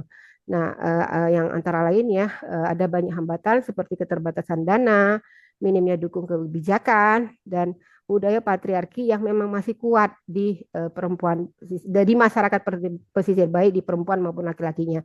Jadi ada seperti ada resistensi dari keluarga dan masyarakat, seperti ada ejekan kalau mereka mau beraktivitas keluar gitu, nak melala ajo ya, asik keluyuran aja karena beraktivitas itu dianggap nggak produktif gitu ya. Namun di balik semua ini, walaupun budaya patriarki itu kuat, tapi ternyata strategi mereka itu mereka itu mempunyai kekuatan, solidaritas dan tekad yang sebenarnya luar biasa. Jadi hidden misalnya dengan suami pun mereka bisa kemudian akhirnya mendapat kesempatan untuk pergi misalnya beraktivitas di KPPI. Baik, hal yang kemudian saya simpulkan bahwa KPPI itu telah menciptakan ruang kolektif yang aman, menggeser identitas perempuan yang awalnya membantu jadi kemudian aktor pelaku ya, kemudian memberi akses pada modal dan keterampilan, kemudian serta memperkuat solidaritas sosial. Transformasi ini harapannya bukan hanya untuk hari ini, tapi juga untuk masa depan yang lebih adil. Adapun rekomendasi yang kami ajukan yaitu ada 5, yaitu pertama memperkuat kapasitas perempuan, kemudian menyediakan dukungan ekonomi berkelanjutan, mendorong kolaborasi lintas sektor, menciptakan kebijakan inklusif gender, dan memastikan transformasi sosial yang berkeadilan. Baik, apa yang dilakukan KPPI ini menurut kami menjadi model, dapat dijadikan model nasional. Kita tahu memberdayakan perempuan UMKM ya, yang menengah dan kecil ini adalah suatu upaya untuk mengatasi kemiskinan. Jadi model ini menunjukkan bahwa pemberdayaan berbasis komunitas yang inklusif dan berkelanjutan adalah kunci menuju kesetaraan gender dan kesejahteraan di wilayah pesisir Indonesia. Baik, hadirin yang saya hormati, cerita KPPI di Bagandeli ini mengajarkan kepada kita bahwa perubahan besar itu bisa lahir dari langkah kecil perempuan dan di komunitasnya. Jadi dengan ruang yang aman, akses yang memadai, dan solidaritas yang kuat, perempuan pesisir mampu menjadi agen transformasi sosial. Baik, semoga kisah ini menginspirasi kita semua untuk terus mendukung pemberdayaan perempuan dimanapun berada. Amin, amin ya robbal alamin. Demikian paparan saya. Terima kasih atas perhatiannya. Akhir kata wabillahi taufiq wal hidayah. Assalamualaikum warahmatullahi wabarakatuh. Selamat sore, salam sejahtera bagi kita semua. Terima kasih Bu Ratih ya sudah mempresentasikan hasil penelitiannya. Waktu kita tersisa 20 menit ya. Jadi saya coba rangkum sedikit aja. Saya kira semua presenter tadi sudah sebetulnya secara jelas menyampaikan apapun gagasan-gagasannya ya. Nah, tapi saya coba highlight beberapa poin ya.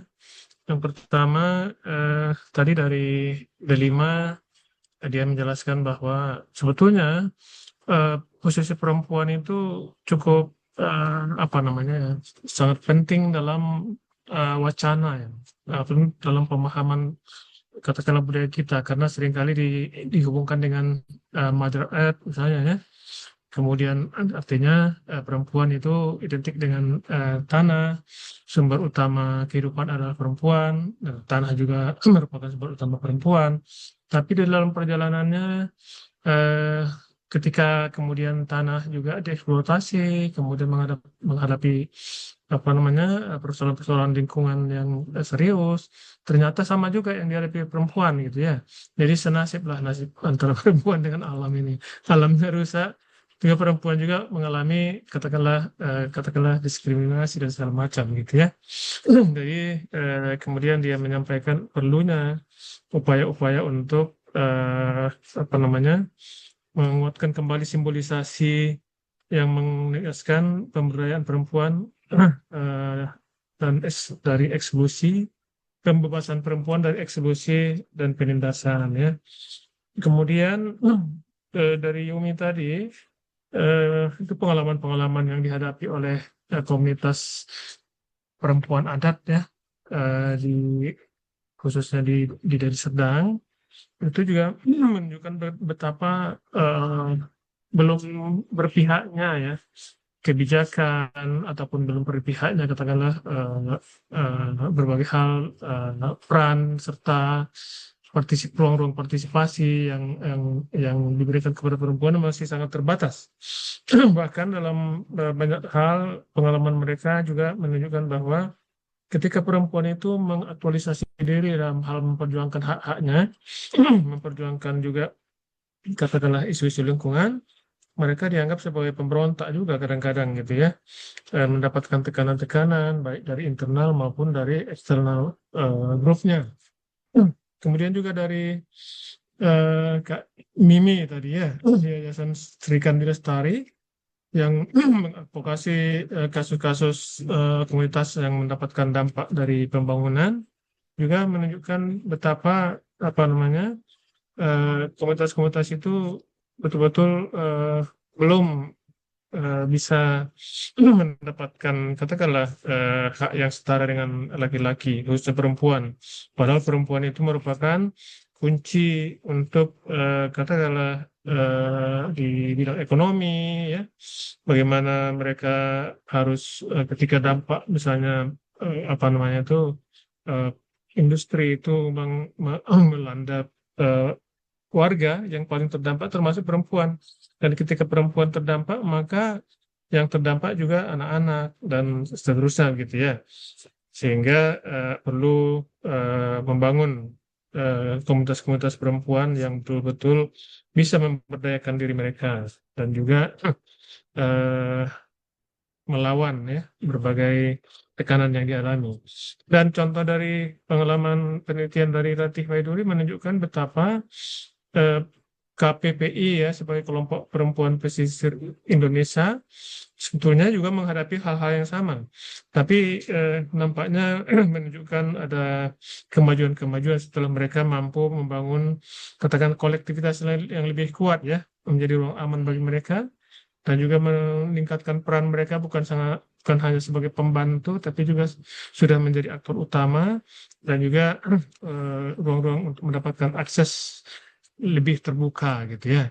Tapi secara umum nampaknya apa yang dialami oleh kaum perempuan dalam hal perjuangan untuk lingkungan ini masih jauh dari yang seharusnya didapatkan gitu ya. Nah, oleh karena itu masih banyak hal yang tentu perlu kita diskusikan. Bagaimana ke depannya ini agar betul-betul perempuan itu tidaklah seperti tadi sampai sedih sekali seperti Mbak Yumi tadi menangisi apa namanya pengalaman-pengalamannya itu ke depannya lagi ya. Nah, ini yang perlu kita diskusikan. Kalau ada yang mau ditanyakan atau bertanya kepada presenter, silahkan di eh, raise hand juga boleh. Atau kalau ada yang dituliskan di apa namanya di eh, Ada ruang QA, ada satu di chatbot, Bang. Ada saya satu, nggak Bang. bisa buka itu apa di ini. Oh, Sebentar, oke. Oh ada ya, sebentar ya. Oke, ini dari Esti Susanti ya. Nah, Esti Susanti mau menanyakan untuk semua presenter nih, ya, apa kira-kira dasar hukum sebagai dimensi perlindungan warga negara untuk komunitas adat seperti dan untuk komunitas adat seperti apa kira-kira ya? Dari dasar hukum untuk perlindungan warga negara, terutama untuk komunitas adat. Kemudian ada dari raise hand ini Tommy Chandra. Silahkan Tommy Chandra langsung langsung apa menyampaikannya di sini. Bisa bisa Ya, Pak. dibuka apa namanya? Lebih Ya, kedengaran silakan. suara Pak Bis. Ya, kedengaran. Oke. Oke, sebelumnya terima kasih kepada Bapak Ibu semua ya. Nah sebelumnya ketika mendengarkannya saya sebagai orang Deli Serdang ini agak malu juga karena malah saya nggak tahu gerakan-gerakan yang ada di sekitarnya. Mungkin karena selama ini juga karena memang lahir dari keluarga komunitas Chinese jadi kayak agak kayak diisolasi lah oleh society dari hal-hal seperti ini. Ya, ngerti lah kayak itulah Bang. Jadi pertanyaan saya itu Bang. Ini asumsi saya ya. Saya ini memang agak terkejut juga ketika melihat tren pergerakan anak muda di Medan yang sekarang udah mulai banyak dibandingkan dulu. Medan dan Sumatera dan sekitarnya. Karena mau nggak mau, gimana ya saya menjelaskannya? Masyarakat Sumatera ini menurut saya ini kampung tapi bukan kampung karena sudah hidup di antara dunia kapitalistik perkebunan yang sudah membuat secara nilai-nilai. Ya mungkin kalau di daerah ke arah tanah-tanah barat mungkin beda. Cuman kalau di daerah misal daerah saya kampung transmigran dekat Kuala Namu itu kan kayak nilai-nilai ke masyarakatan itu dihilangkan. Pertanyaan saya juga seperti ini, gimana dari menurut orang Bapak terkait pergerakan anak muda Medan di zaman sekarang untuk kepedulian tentang isu-isu ini karena kan kayaknya masih banyak banget yang apatis ya. Kalau menurut saya pribadi bisa jadi salah dan bagaimana kayak kami bisa berpartisipasi dalam mendukung lah gerakan-gerakan orang Bapak Ibu semua karena kan ya dekat ya tapi juga karena terkendala karena kan sekarang juga saya sudah bekerja di salah satu perusahaan juga jadi kayak agak mungkin bisa ngebantu lah secara entah membantu dari advokasi digital atau bagaimana. Sekian dan terima kasih. Ya, ya, ya. Terima kasih Tommy ya. Nah, Tommy ini bekerja di bidang apa sekarang ini? Mungkin bisa membantu supaya nanti lebih jelas. Mungkin di bidang hukum atau apa? Di Asia Negeri Pak, apa sawit. Oh, Asia Negeri. Oke. Oke, oke, oke. Gitu. Tapi punya perhatian yang apa untuk kampung halaman ya. Oke. Nah, itu pertanyaan dari dua dua komen apa namanya? Apa namanya itu partisipan ya dari SD Susanti tadi, kemudian dari Tommy Chandra. Ini ditujukan ke semua ini. Silakan dulu direspon mungkin dari D5. ya, terima kasih Bang Zulkifli dan juga Mbak Esti yang bertanya. Jadi sebenarnya dalam konstitusi kita pasal 18B itu kan jelas diatur tentang tentang keberadaan masyarakat adat. Ada pasal 28 dan ada banyak peraturan-peraturan menteri baik di Undang-Undang Hak Asasi Manusia juga. Nah, artinya bahwa secara konstitusi dasar hukumnya sangat kuat untuk pengakuan hak-hak masyarakat adat. Namun masalahnya kan ada banyak tantangannya juga gitu. Misalnya dengan menyebutkan pengakuan yang bersyarat gitu dan harus menempuh banyak tahapan gitu seperti diatur dalam Permendagri 52 misalnya tata cara pengakuan masyarakat adat. Nah, eh, itu apa ya seperti jalan berliku dan mendaki nanti kita udah lihat gunungnya tiba-tiba ada lagi gunung yang lain yang harus didaki dan itu melelahkan buat masyarakat adat dan itu yang mau harus kita perjuangkan bersama sebenarnya pengakuan masyarakat adat itu kan harus otomatis ya harus seperti halnya kita semua diakui sebagai warga negara tapi pengakuan-pengakuan bersyarat itu itu menyedihkan. Saya aja itu pernah mengikuti ya. Jadi kami pernah mengajukan bersama Aman Danau Batak dan beberapa jaringan, ada Cikalahari, ada Cikalahari Hari Institut ya, Mbak Wina. Mbak Wina dulu juga masuk dalam bagian itu yang mendorong pengakuan masyarakat adat gitu. Dan ada 33 komunitas yang kita ajukan. Ada 11 komunitas yang sudah diverifikasi. Dan itu menguras tenaga, dan bagi kami masyarakat adat dan pendamping itu menguras air mata loh. Karena kita harus membuktikan kita berada. Jadi yang kita dapatkan sekarang, walaupun itu diakui oleh konstitusi dan berbagai peraturan, tapi itu hanya jargon-jargon. Nanti pada saat pemilihan itu baru diakui, oh kita akan melindungi masyarakat, kita akan mengakui. Tetapi ada banyak tantangannya. Misalnya sebagai salah satu syaratnya itu adalah harus ada perda di kabupaten-kabupaten. Nah kita tahu bahwa perda ini misalnya seperti yang kami alami, itu produk politik yang harus disetujui legislatif dan eksekutif. Nah, dalam kasus TPL misalnya, legislatif itu hampir di semua kabupaten itu 70% berafiliasi dengan TPL. Gimana dia mau melahirkan perda yang akan mengurangi luas konsesinya gitu. Jadi ada banyak tantangannya. Dari 11 yang diverifikasi, hanya 4 yang sudah diakui dan dikembalikan hutan adatnya gitu. Dan itu pun masih dilepas kepalanya, dipegang kakinya gitu. Nah, artinya ya begitu. Jadi air mata tangisnya Bu Yumi itu bisa saya rasakan sebagai orang yang ikut dalam verifikasi gitu. Dan kita juga bayangin, masyarakat adat harus membuktikan dirinya ada. Mereka itu kan sudah ada tapi harus membuktikan. Ada lagi tim verifikasi yang nggak sensitif ya, nggak ada prinsip hak asasi manusia kemanusiaannya. Misalnya ketika masyarakat adat itu mengambil artefak-artefak yang disimpan di genteng rumahnya, itu udah sampai hampir kalau jatuh dia mati gitu loh. Tapi ketika dibawa, ini ada di Tomok kok, ini kan ada di mana-mana, jadi dilecehkan gitu loh. Nah, jadi memang kita sedang mendorong adanya RUU masyarakat adat yang pengakuannya itu tidak berbelit-belit seperti sekarang, dan itu yang sedang kita perjuangkan. Begitu. Jadi dasar hukumnya sangat banyak ya, Pak Zulkifli. Terima kasih.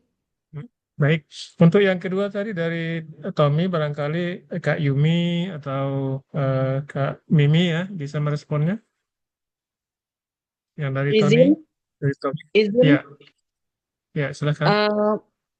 Mungkin izin Pak Zulkifli, saya mau menambahkan apa yang disampaikan oleh Kak Delima terkait memang dasar hukum yang membuktikan keberadaan masyarakat adat. Nah, jalan panjang yang disampaikan Kak Delima tadi itu cukup melelahkan kami sebagai perempuan adat tentunya sebagai bagian dari masyarakat adat, tetapi kami juga tidak berhenti hanya menunggu perda dan harus kita tetap mendorong adanya perda di Provinsi Sumatera Utara terkait pengakuan dan perlindungan masyarakat adat di Sumatera Utara, dan juga menunggu disahkannya RUU juga tidak berhenti sampai di situ melalui gerakan perempuan adat bersama kawan-kawan. Ada Kak Wina juga yang selalu mendampingi kami, ada Kak Delima yang menjadi koalisi di dalam mendorong perda masyarakat adat ini, termasuk Kak Mimi dari Sri Kandi Lestari. Kami perempuan adat di Rakyat Penunggu saat ini memang mencoba dan akan membuka untuk mendorong bagaimana mendorong pengakuan justru dari Bupati Deli Serdang. Nah, dan komunikasinya ini memang kami sangat membutuhkan dari kawan-kawan, dukungan dari kawan-kawan, dan juga dari komunikasi nanti bersama pemerintah Deli Serdang. Kami juga dan juga Dewan DPRD dari Deli Serdang akan mendorong perda masyarakat adat di Deli Serdang. Itu yang sudah kami lakukan, Pak, tapi memang jalan panjangnya, bahkan kampung saya di tahun 2022 kemarin itu sudah diidentifikasi oleh tim identifikasi dan verifikasi BPN, ATR BPN, Kementerian ATR BPN. Nah, ini sudah dilakukan oleh dari USU sendiri, dari USU waktu itu yang datang ke kampung kami, bahkan sudah melihat bagaimana masyarakat adat melakukan kehidupannya sehari-hari, bahkan melihat ikut bersama-sama melihat titik nol koordinatnya wilayah adat kami, tetapi memang sampai hari ini hasilnya belum kami terima. Bahkan ketika kita kejar ini dilempar-lempar terus, dan saya sebagai perempuan adat yang ikut mendorong ini juga nggak berhenti. Saya ketika bertemu dengan kementerian sendiri menanyakan bagaimana dengan hasil identifikasi itu, dan juga justru data kami dari Kampung Menteng Tulang Pusu juga sudah langsung diterima oleh waktu itu Wakil Menteri ATR BPN Bro Raja Juli Antoni, tetapi memang belum ada follow up-nya secara serius dari pemerintah kita. Mungkin itu yang mau saya sampaikan, menambahkan dari apa yang sudah kami lakukan selain mendorong Perda Masyarakat Adat di Sumatera Utara. Terima kasih Pak Zul. Oke, terima kasih Kak Yumi ya. Selanjutnya mungkin Kak Mimi dan Ratih bisa memberikan respon juga. Baik, saya ya Bang Ridwan ya. Oke. Ya. Oke, nah, ya silakan Bu Mimi. Ya.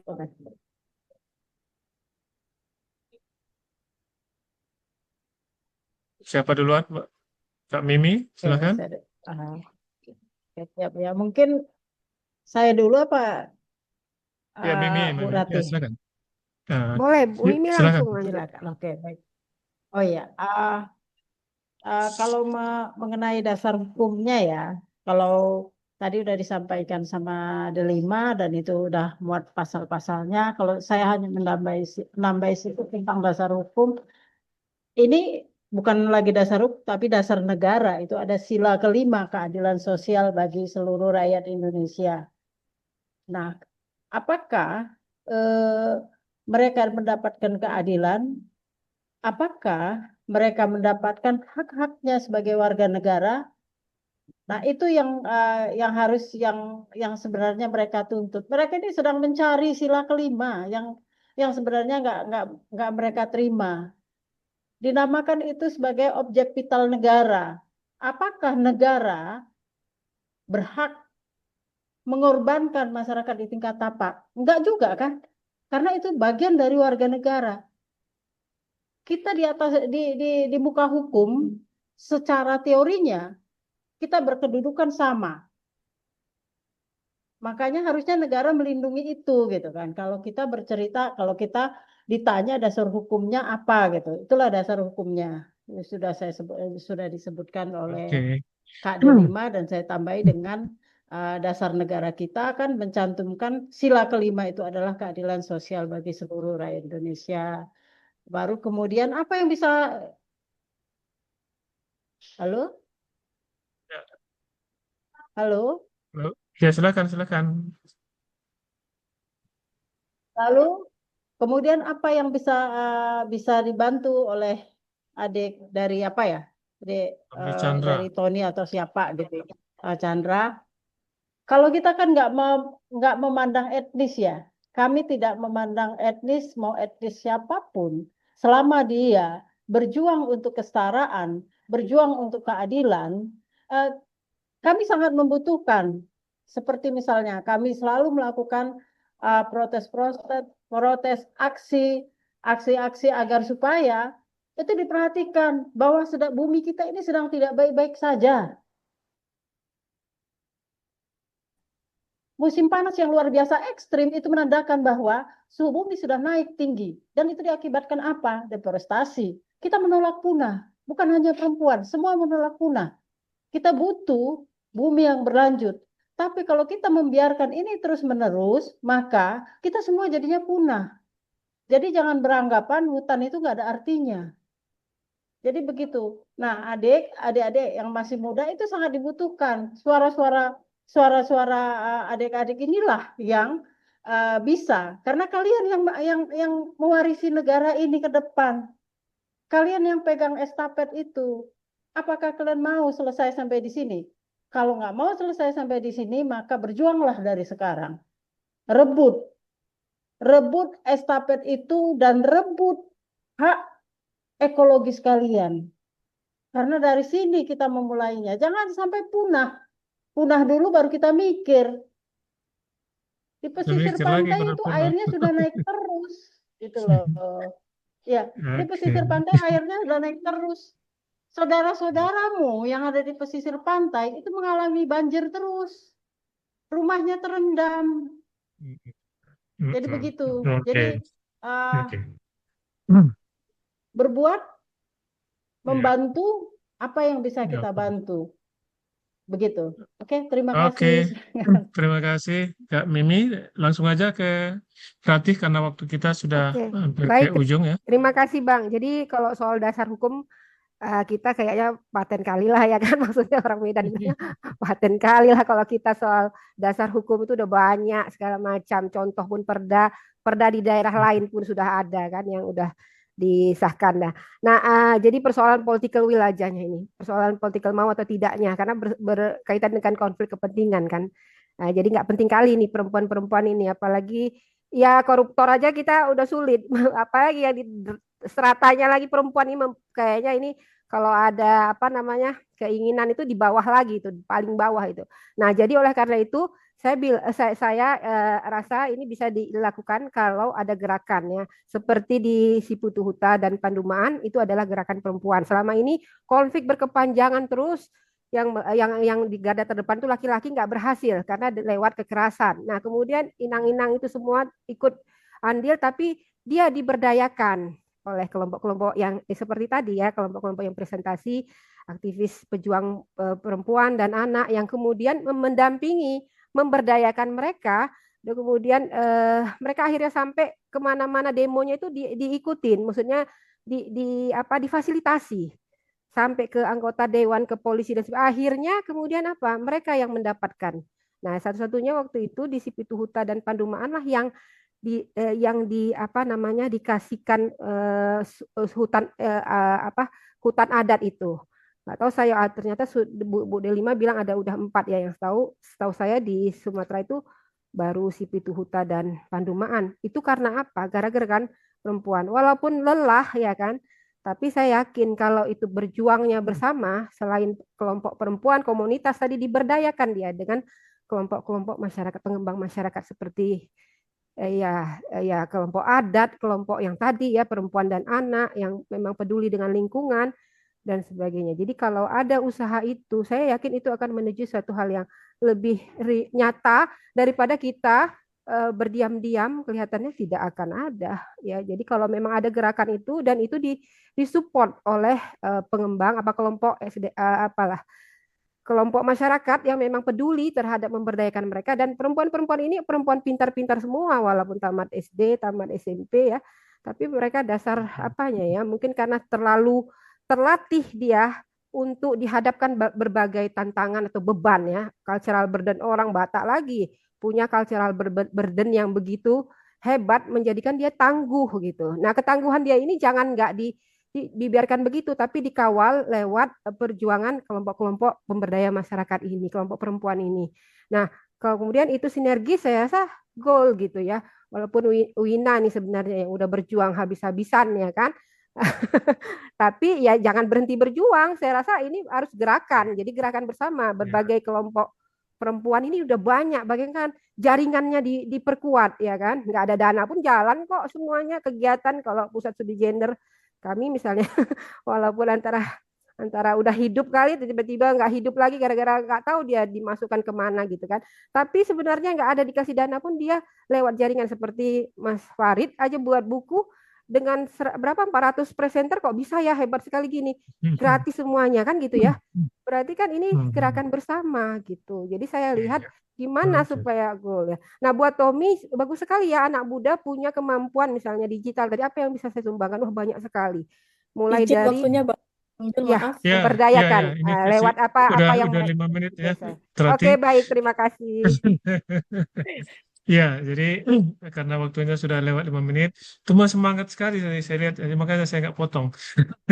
Oke, jadi kata terakhir ya saya kira penutup saja ya dari saya bahwa sebetulnya meskipun dilihat dalam faktanya banyak kasus-kasus yang melemahkan perempuan, tapi daya juang perempuan sebetulnya sangat tangguh dan banyak bukti yang menunjukkan bahwa mereka sudah mulai berhasil. Sekarang yang penting adalah bagaimana mensinkronisasikan ketangguhan itu untuk menjadi lebih luas, menjadi kekuatan yang bisa Iya, menjadi gelombang gitu. benar. Itu saya kira itu KF apa namanya Kartini Conference Ketiga. KCPFF ini adalah satu media ya yang paling penting untuk menularkan itu ya. Saya kira demikian ya. Terima kasih. Mohon maaf atas segala kekurangan saya. Terima kasih kepada semua presenter yang sudah hebat menyampaikan pengalamannya semua dan juga kepada hostnya ya. Saya kembalikan kepada host untuk menutup acara ini. Terima kasih. Assalamualaikum warahmatullahi wabarakatuh. Waalaikumsalam warahmatullahi wabarakatuh. Waalaikumsalam warahmatullahi wabarakatuh. Ya, terima kasih pada Dr. Zulkifli Lubis yang telah memediasi proses diskusi sesi ini. Applause buat para presenter ya, dan bersemangat terus untuk perjuangannya. Semoga kita bisa mendukung dari jauh perjuangan lokal yang menunjukkan kekuatan lokal juga, bahwa gerakan kita nggak hanya gerakan nasional, tapi di lokal-lokal juga tumbuh. Dan kita berharap bukan menjadi gerakan yang terisolir. Tadi saya dengar Kak Delima dapat penghargaan internasional, itu artinya ada pengakuan gitu ya, ada expose dari gerakan-gerakan itu. Sebelum ditutup, seperti saya bilang di awal tadi, kita akan mendokumentasikan sesi ini dengan foto bersama. Silakan bagi teman-teman yang ingin membuka kameranya, saya persilahkan. Ada lagi yang ingin buka kamera? Oke. Ada satu layar. Saya akan foto 1, 2, 3. Satu kali lagi, 1, 2, 3. Ya, terima kasih. Sebelum ditutup, saya juga menginformasikan setelah ini ada sesi yang penting dan mungkin diperlukan, side event keempat yang kita namai Meet the Publisher. Jadi kita akan mendengarkan pemaparan beberapa lembaga publikasi atau lembaga-lembaga yang biasa melakukan publikasi, mempublikasikan buku, publisher gitu ya, mengenalkan bagaimana cara kita mempublikasikan buku kalau kita punya naskah dan seterusnya, bagaimana caranya mengajukan naskah dan kita bisa mengetahui proses penerbitannya. Jadi silakan bergabung jam 15.30 ya. Jadi sekitar 20-an menit lagi, tapi kita akan langsung buka Zoom-nya. Jadi sekali lagi terima kasih dan sampai ketemu di sesi selanjutnya. Salam sehat dan semangat selalu. Terima kasih. Terima kasih. Makasih Bang Jul. Makasih Kak Makasih, Bang Rati. Jul. Makasih. Delima. Makasih, Mas Makasih Kak Farid. Yumi, Kak Ya, Nini. semangat selalu. Makasih Kak Bu Alem, Esther. Kak Alem baru muncul ya. Iya. Oke.